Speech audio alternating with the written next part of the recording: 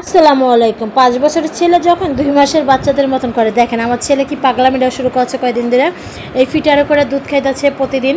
মানে আমার ছোটো মেয়ের জন্য একটা ফিটার নিয়ে আসছিল, আমার ছোটো মেয়ের ২ মাস। ওই ফিটার আমার মেয়ের জন্য আনছিল পানি খাওয়ার জন্য, মাঝে মধ্যে একটু পানি টানি যদি খাওয়ানো লাগের জন্য। তখন আমার ছেলে পাগলামি করতেছিল, ফিটারে পানি খাবে, দুধ খাবে, দুধ খাবে। তারপর বাবা আবার ফিটার নিয়ে আসছে আর একটা। তো দেখেন ছোটো বাচ্চাদের মতন মানে ফিটারে করে দুধ খাইতেছে। ও ফিটারে করে দুধ খাবে এরকম দুষ্টামি লাগাই দিচ্ছিল। তো দেখেন কি সুন্দর করে ফিটারে করে দুধ খাইতেছিল। তো দেখেন কি সুন্দর করে ফিটার করে দুধ খাইতেছিল ২ মাসের বাচ্চার মতন।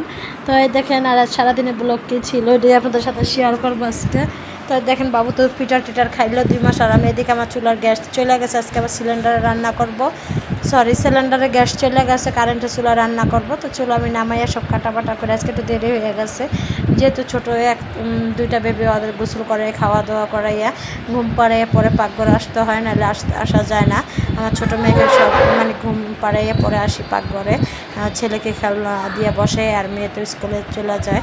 তো যাই হোক, তো এদিকে আমি মাছগুলো ভাজে করলা ভাজা আমি ফার্স্ট মানে গ্যাসের চুলার এরকম ননস্টিকে মানে করলা ভাজি করতেছি, জানি না কীরকম হয়। আর আজকে আমার ভাইরাল কড়াইটাও আমি আজকে আমার বুয়াকে দিয়ে দিচ্ছি। বুয়া বলতেছে একটা কড়াই দেন। তো যাই হোক, আমি কড়াইটা এখন ভাজার জন্য পারফেক্ট অনেক ছিল। এক কড়াই মানে ছিল না, মানে অনেক পুরানো কড়াই করলাম। তারপর বলতেছে একটা কড়াই দেন। তো যাই হোক, আমার অনেকগুলো কড়াই আছে। তারপর আমি আমার বুয়াকে দিয়ে দিছি কড়াইটা। বলতেছে একটা কড়াই দিয়ে আমি রান্না করতে পারি না। যাই হোক, দিয়ে দিছি। মানে কড়াইটার জন্য একটু মায়া লাগছে, কারণ অনেক বছর যে কোনো জিনিস একটা ব্যবহার করলে একটা মায়া লাগে। পরে আজকে দিয়ে দিলাম যে নেন। পরে আমার অনেকগুলো আরও কড়াই আছে। তো যাই হোক, কড়াইটা বেশি আবার হয়ে গেছে, পুরানো হয়ে গেছে। আর এরকম আমি রান্না করে এরকম মানে ভাজা মাছ ভাজা যে কোনো ভাজি মানে ভর্তা টত্তা টালা টোলার সব দিক দিয়ে পারফেক্ট ছিল। আর এদিকে আমার কথা বলতে বলতে আমার করলা ভাজি হয়ে গেছে। মানে কড়াইটার জন্য আজকে একটু মায়া লাগছে। অনেকে বলবেন বুয়াকে দিয়েছেন, এটা মায়া না, মানে ওইরকম না, মানে অনেক দিন একটা জিনিস ব্যবহার করলে মানে অন্য কড়াইতে আবার ইউজ করলে মানে একটা কেমন যেন লাগে। আর এদিকে আমি তরকারি বসাই দিব। তো আজকে আবার আমি আজকে খুচুন দিয়ে আজকে লাড়াচাড়া করতেছিলাম, সে তাড়াহুড়া। তাই ওই হাতে যে খুচুন নিব মানে এরকম আমার খেয়ালই ছিল না। তো আমি রান্না করতেছিলাম আজকে তেলাপিয়া মাছ রান্না করব, কফি বেগুন আলু দিয়ে। তো এগুলো কষাই নিতেছিলাম, আর কষাই নেওয়ার পর সুন্দর করে করতেছিলাম। আর দেখেন আর চুলার গ্যাসও চলে গেছে। আর আমি চুলাটা এখন ব্যবহার করে অনেক শান্তি পাই। দেখেন আমি 2000 পাওয়ার দিয়ে রান্না করতেছি, যেহেতু এটা আমার 2200 পাওয়ার।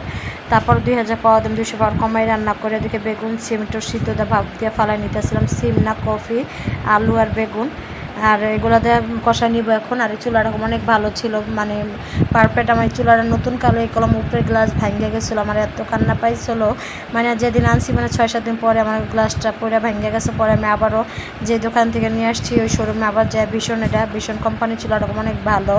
আর যে দোকান থেকে আনছি পরে ওই দোকানে নিয়ে গেছিলাম, পরে তারা আবার 1700 টাকা নিয়ে পরে আবার ঠিক করে দিচ্ছে, গ্লাসটা আবার নতুন করে আবার লাগাই দিচ্ছিলো। আমি তো ভাবছিলাম মানে সব শেষ আমার এত টাকার চুলাটা। আর ভীষণ চুলা এরকম আমার কাছে মানে আমার ভালো লাগছে। কে কী চুলা ব্যবহার করে শান্তি পায় আমি জানি না, কিন্তু চুলাটা যেরকম মজবুত ওরকম মানে সব দিক দিয়ে রান্না করে অনেক শান্তি পাওয়া যায়। আমার কাছে অনেক ভালো লাগছে। আর এদিকে আমি তরকারিগুলো কষে আমি একটু ঢাকনাটা ঢেকে দিলাম, মানে সব মশলা একসাথে করে। আর দেখেন সুন্দর করে একটু আমি ঢাকনা উঠাই নিয়ে এখন আবার লাড়াচাড়া দিব।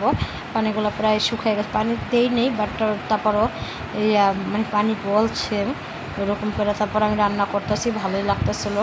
আর এসে কপিগুলো কেমন যেন একটু মানে দাঁড়া রয়েছে। এখন সব কিছুতে ফর্মিনাল, মানে কোনো কিছু সহজ আমার কাছে মনে হয় সিদ্ধ হইতে চান এরকম লাগে।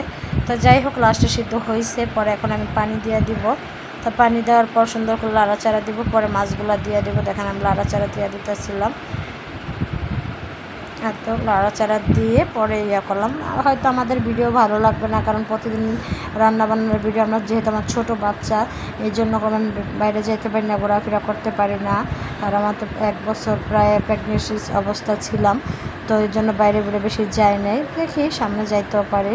আর দেখেন মাছগুলো আমি দিয়ে দিলাম, মাছগুলো দিয়ে একটু চাপ দিতেছিলাম, যেহেতু এটা মানে একটু ছোটো হয়ে গেছে। মানে আমার আরও বড়োগুলোও আছে, তো বড়োগুলো মেহমান অতিথি আসলে ব্যবহার করি, মানে আমার যতটুকু লাগবে না অতটুকু ব্যবহার করি, কারণ অত বড় নামে লাভ নেই। এই দেখেন আমার তরকারিটা কোনো একবার পারফেক্ট হচ্ছে, কি সুন্দর একটা কালার আসছে। আর টকবক করতেছে, মনে হয় এখন খেয়ে ফেলার মাথা ধরে মনে হয় তাকাই রয়েছে। আর এই তো তরকারিটা হয়ে গেছে আজকে দুপুরের খাবার। এই যে তরকারি আর করলা ভাজি এরকম অনেক সুন্দর একটা কালার আসছে যেহেতু ননস্টিকে পাক করছি। তাই তো দুপুরের খাবারগুলা তাদেরকে আমরা খাওয়া দাওয়ার পর ছেলে মেয়ে বলতেছিল আলু ফ্রাই খাবে অন্য স্টাইলে। তো পাতলা পাতলা করে কেটে আমি একটু আবার একটু আটা দিয়ে লবণ হলুদ এগুলো দিয়ে সুন্দর করে একটু ফ্রাই করে দিতেছিলাম। মানে দেখতে অনেক সুন্দর হচ্ছে, খেতে অনেক মজা হয়েছিল। এইভাবে রেখে আমি এরকম করে দিয়ে পরে একটু মাখায় রাখছিলাম, এবার ননস্টিকে ভাজিয়ে দিতেছিলাম। অনেক মজা হয়েছিল খেতে।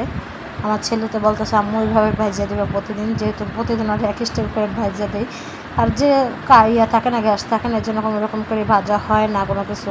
আর একটু আমি বিকালে একটু রং চা টোস্ট বিস্কিট খাইতেছিলাম।